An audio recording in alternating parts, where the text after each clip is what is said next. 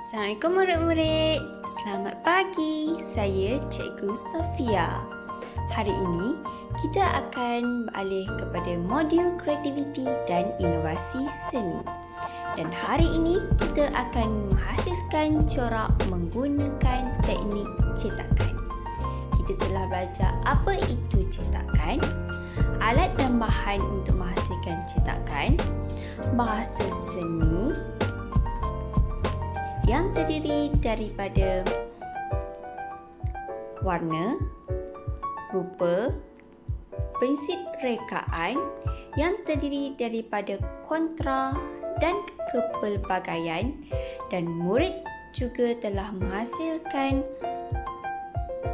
penerokaan teknik cetakan pada sesi lepas.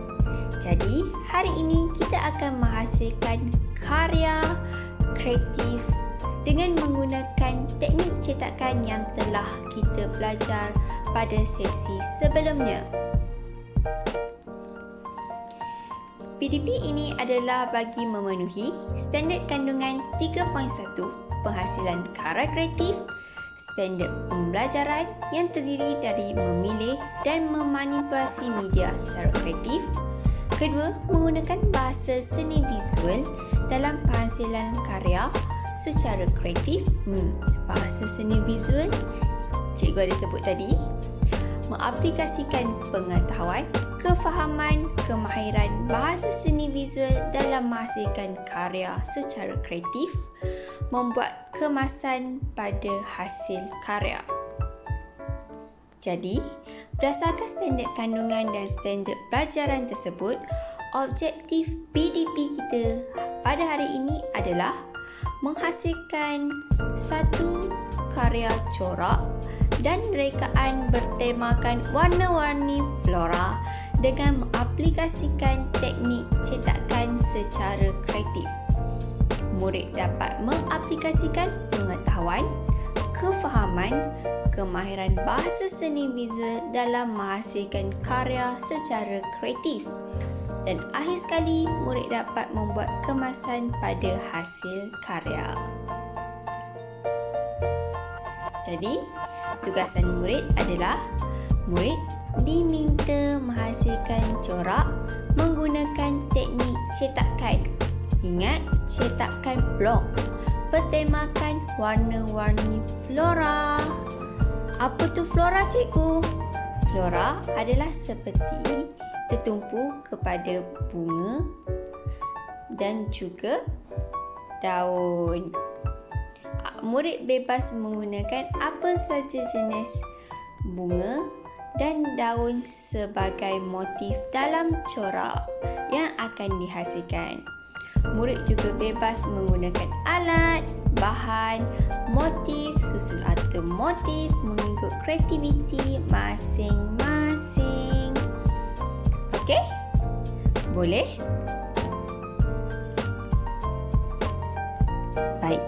Kita bergerak kepada menghasilkan karya iaitu corak yang bertemakan warna-warni flora.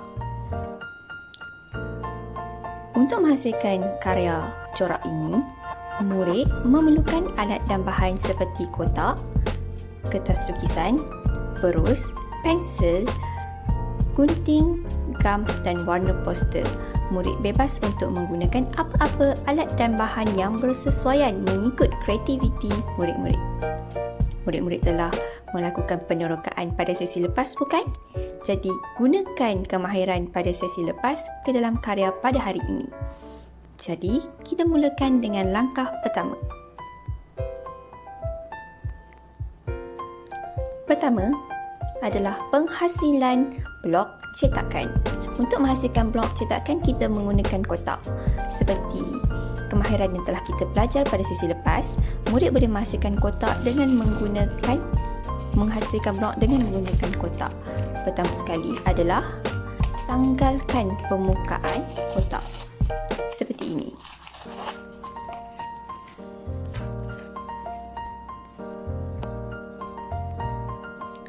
Seterusnya, untuk menghasilkan blok cetakan, murid boleh melakar motif di atas kotak. menggunakan pensel. Sekarang cikgu sedang melakar motif daun.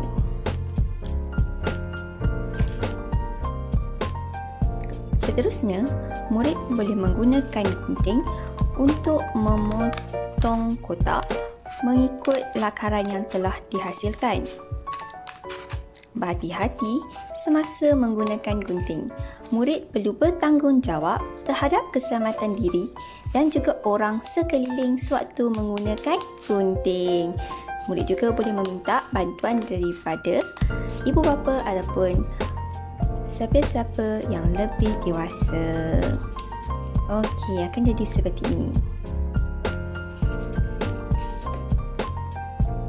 Untuk hasilkan blok, kita memerlukan satu lagi kotak sebagai tapak blok. Dan murid perlu menampal corak yang telah dihasilkan, maafkan cikgu, motif yang telah dihasilkan tadi di atas kotak.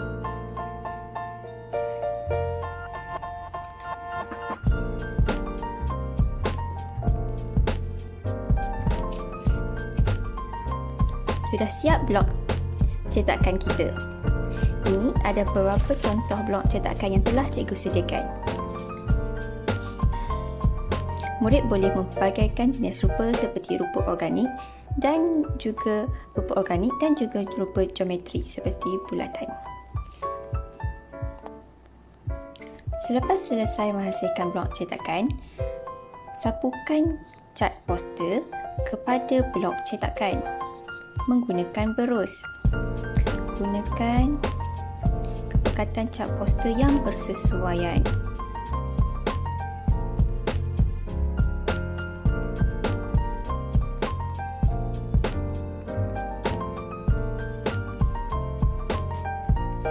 Setelah itu, terapkan blok cetakan pada kertas lukisan dan tekan menggunakan tapak tangan kamu.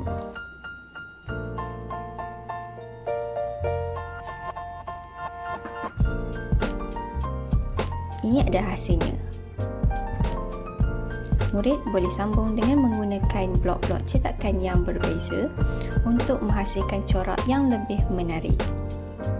Murid boleh menggunakan kreativiti masing-masing untuk mengolah motif-motif pada blok cetakan untuk menjadikan corak.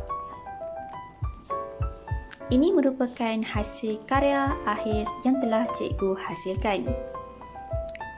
Selepas menghasilkan karya, murid-murid perlu menitik beratkan aspek kemasan.